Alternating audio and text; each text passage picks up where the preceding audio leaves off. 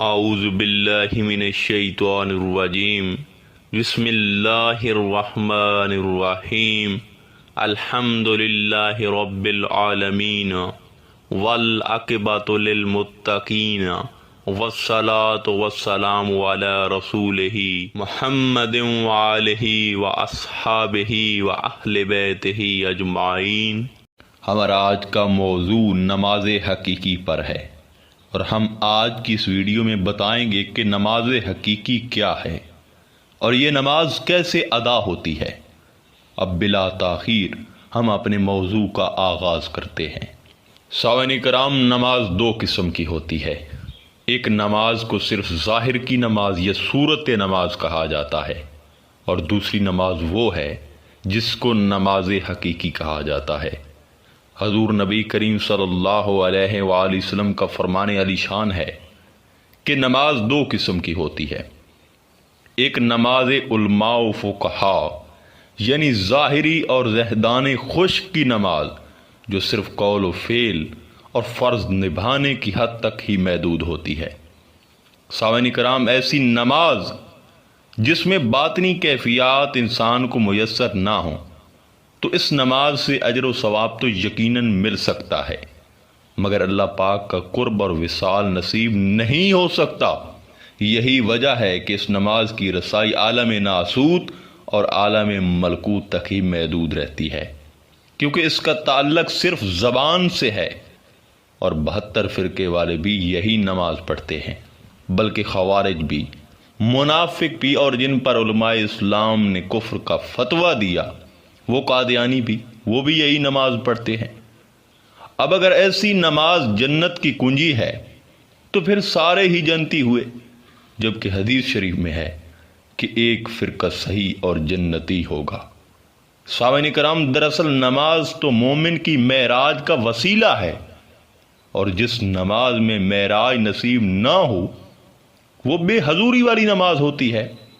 ایسی نمازیں تو دنیا اور آخرت کی زندگی میں ہلاکت کا سبب بنتی ہیں، یعنی ایسی نمازیں جن میں خشوع و خضوع نہ ہو وہ بندے کے لیے انفرادی طور پر محرومی اور اجتماعی طور پر وبال جاں بن جاتی ہیں۔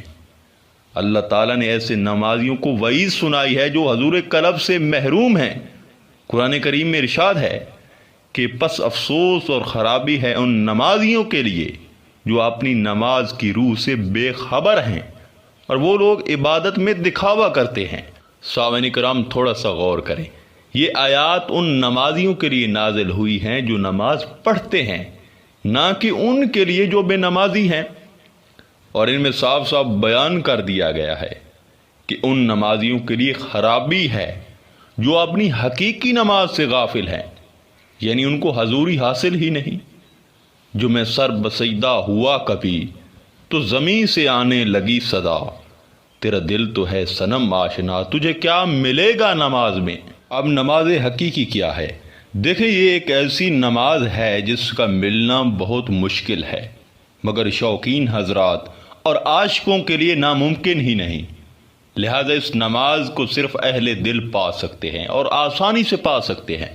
نماز حقیقی کے متعلق حضور نبی کریم صلی اللہ علیہ وآلہ وسلم ارشاد فرماتے ہیں کہ اے عمر فاروق، نماز حقیقی سے مومن کامل اور عارف الہی کو حضور دائمی حاصل ہوتا ہے۔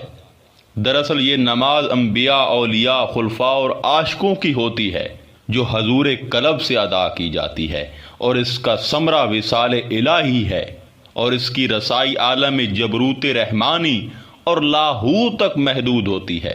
یہی نماز بارگاہ الہی میں مقبولیت کے قابل ہے۔ سامعین کرام، اب یہاں سوال پیدا ہوتا ہے کہ یہ نماز کیسے ادا ہوتی ہے؟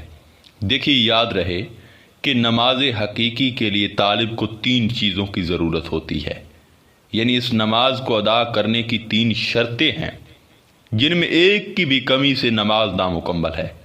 شرط اول یہ ہے کہ اس نماز کا زبان اقرار کرے، زبان سے ادائیگی ہو، کیونکہ کافروں کی زبان اقرار نہیں کرتی، اور دوسرا زبان کا تعلق شریعت محمدی سے ہے۔ دیکھے، چاہے کوئی حضور علیہ الصلوۃ والسلام کا صحابی بنا ہے، یا کوئی ولی فقیر یا درویش بنتا ہے تو سب سے پہلے وہ زبان سے کلمہ طیب کا اقرار کرتا ہے اور پھر خلوص نیت اور اخلاص سے زبان سے نماز کی ادائیگی کرتا ہے، وہی الفاظ پڑھتا ہے جن کو نبی کریم صلی اللہ علیہ وآلہ وسلم نے پڑھا تھا اور اپنی امت کو تلقین فرمائی تھی۔ سامعین کرام، نماز حقیقی کے لیے زبان کے بعد دوسری شرط اور دوسری سیڑھی تصدیق قلب ہے۔ اب عموماً یہاں پر معاملہ خراب ہو جاتا ہے، کیونکہ جب انسان شرط اول یعنی زبان سے تصدیق تو کر لیتا ہے نماز کی یا کلمہ کی، مگر اس کا قلب اس نماز سے بیگانہ ہوتا ہے، وہ صرف زبان پر اکتفا کر کے بیٹھ جاتا ہے۔ مگر نماز حقیقی کے لیے قلب کا تصدیق کرنا یعنی زبان کے ساتھ ساتھ قلب بھی نماز پڑھے، یا صرف دوران نماز قلب اللہ اللہ کرتا رہے، کیونکہ نماز کے ثمرات اور معراج تصدیق قلب میں چھپے ہیں، اور اسی سے انسان کا چہرہ اللہ کی طرف ہو جاتا ہے۔ سلطان العارفین حضرت سخی سلطان باہو رضی اللہ تعالیٰ عنہ فرماتے ہیں، پس نماز قائم کرنے سے مراد اپنا چہرہ اللہ تعالیٰ کی طرف کرنا ہے، اور اس کا تعلق دل سے ہے۔ آپ فرماتے ہیں کہ اہل قلب کی نماز یہ ہے کہ ان کے ظاہری اعضاء تو رکوع اور سجود کی حالت میں ہوتے ہیں، اور زبان سے قرآن پاک کی قرآت کرتے ہیں اور اللہ کی تسبیح بیان کرتے ہیں، اور دل سے حضور حق کا مشاہدہ ایسے کرتے ہیں وہ کہ جب تک قیام کی حالت میں حضوری اور مشاہدہ حق تعالیٰ کا عین الیقین نہ کر لیں تو اس وقت تک رکوع میں نہیں جاتے، حالت رکوع سے اس وقت تک حالت سجدہ میں نہیں جاتے کہ جب تک حالت رکوع میں حضور حق حاصل نہ کر لیں اور دیدار الہی کا عین الیقین سے مشاہدہ نہ کر لیں۔ اور یہ اہل قلب والے لوگ اس وقت تک پہلے سجدے سے دوسرے سجدے کی طرف رخ نہیں کرتے جب تک کہ وہ پہلے سجدے میں اللہ تعالیٰ کو نہ دیکھ لیں۔ سامعین کرام، حدیث شریف ہے کہ اللہ تعالیٰ نہ تمہاری صورتوں کو دیکھتا ہے اور نہ تمہارے عملوں کو دیکھتا ہے، بلکہ وہ تو تمہارے قلبوں اور نیتوں کو دیکھتا ہے۔ اب تھوڑا سا غور کریں کہ اگر بے شک ہمارے اعمال صالحہ ہے لیکن قلب حقیقت سے محروم ہے، یا نماز حقیقی سے قلب بے خبر ہے، تو یہ کیا ہے؟ سیاہی ہے نا۔ اور جب قلب پر اللہ تعالیٰ کی نظر پڑتی ہے تو وہ تو سیاہ ہوتا ہے۔ اب لوگوں نے تو دیکھ لیا کہ یہ شخص نمازی ہے، لیکن اللہ نے قلب سیاہ ہونے کی وجہ سے دیکھا ہی نہیں، ہم پر نظر ہی نہیں کی، تو یہ نماز کیا بن گئی؟ دکھاوا بن گئی، جس کے لیے حکم الہی ہے کہ ان نمازیوں کے لیے تباہی ہے جو نماز حقیقت سے بے خبر ہیں اور ان کی نماز دکھاوا ہے۔ اب کچھ لوگ ایسے بھی ہوتے ہیں جو دین کی دعوت بھی دیتے ہیں، تہجد بھی پڑھتے ہیں، اور انہیں بہت زیادہ عبادت اور ورد وظائف سے ایک قسم کی ولایت بھی مل جاتی ہے، مگر جو انہیں ولایت ملتی ہے ان کا تعلق مخلوق اور اس کے درمیان ہوتا ہے، عالم ناسور سے ہوتا ہے، مگر مرنے کے بعد یہ ولایت مخلوق میں ہی رہ جاتی ہے، ان کے ساتھ نہیں جاتی، وہ تو خالی ہاتھ جاتا ہے۔ جبکہ قلب کا تعلق عرش معلیٰ سے ہے، جب یہ یہاں گونجتا ہے تو اس کی آواز عرش معلیٰ میں پہنچتی ہے۔ قلب کی دائمی عبادت سے اور قلب سے نماز کا اقرار کرنے سے دوسری اعلیٰ اور حقیقی قسم کے انسان کو ولایت ملتی ہے، جس کا تعلق خالق اور اس کے درمیان ہوتا ہے، اور مرنے کے بعد یہ ولایت اس کے ساتھ جاتی ہے، اور پھر یہی قلب اس نماز کو عرش تک پہنچانے کا ذریعہ بن جاتا ہے۔ جیسا کہ معراج میں جب حضور پاک صلی اللہ علیہ وسلم حضرت موسیٰ کی قبر سے گزرے تو موسیٰ قبر میں نماز پڑھ رہے تھے، اور آپ صلی اللہ علیہ وآلہ وسلم جب فوراً عرش پر پہنچے تو دیکھا کہ موسیٰ وہاں بھی نماز پڑھ رہے ہیں، یعنی یہ نماز پل بھر میں یہاں سے وہاں تک پہنچا دیتی ہے۔ سامعین کرام، نماز حقیقی وہ نماز ہے جو طالب کو یار سے ملانے کا ذریعہ اور اس سے ملاقات کے لیے بےتاب رکھتی ہے۔ ایسی نماز میں پختگی آ جاتی ہے، اور ایسے نمازی کے لیے یہ کیفیت 5 وقت تک محدود نہیں رہتی بلکہ ہر وقت ہو جاتی ہے، اور وہ قیام میں نہ ہوتے ہوئے بھی ہوتا ہے، سجدے میں نہ ہوتے ہوئے بھی سجدے میں ہوتا ہے۔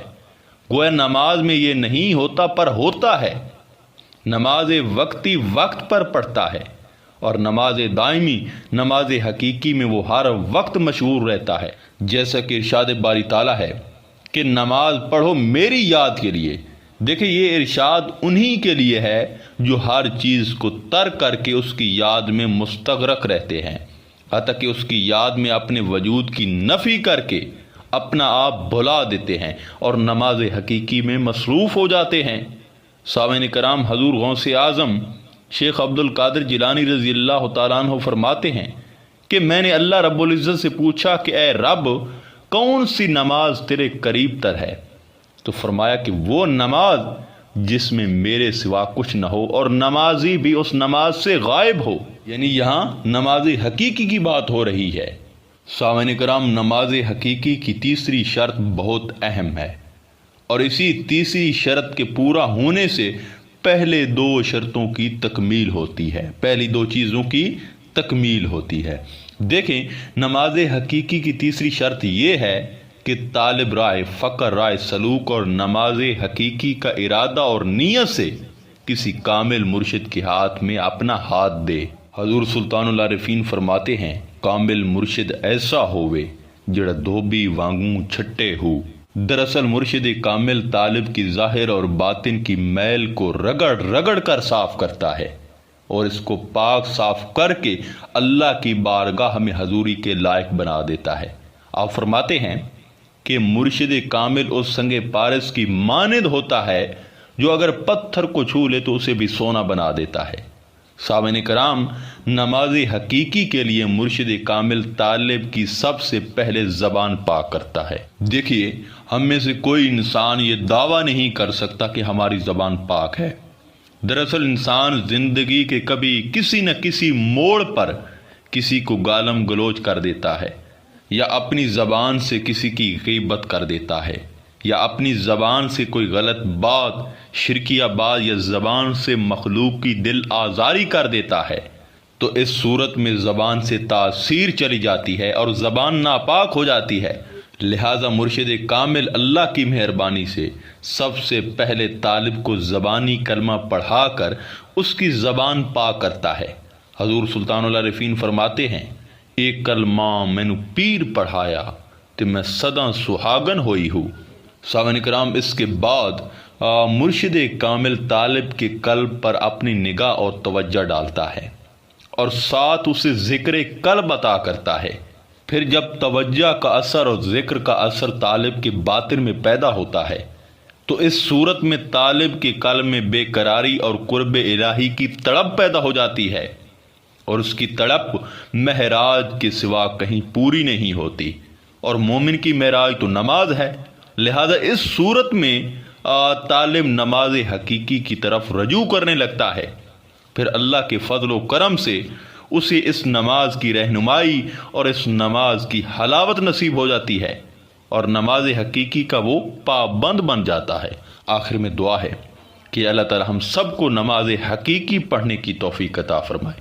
انشاءاللہ تعالی ملتے ہیں ایک نئے موضوع میں، تب تک اللہ نگہبان۔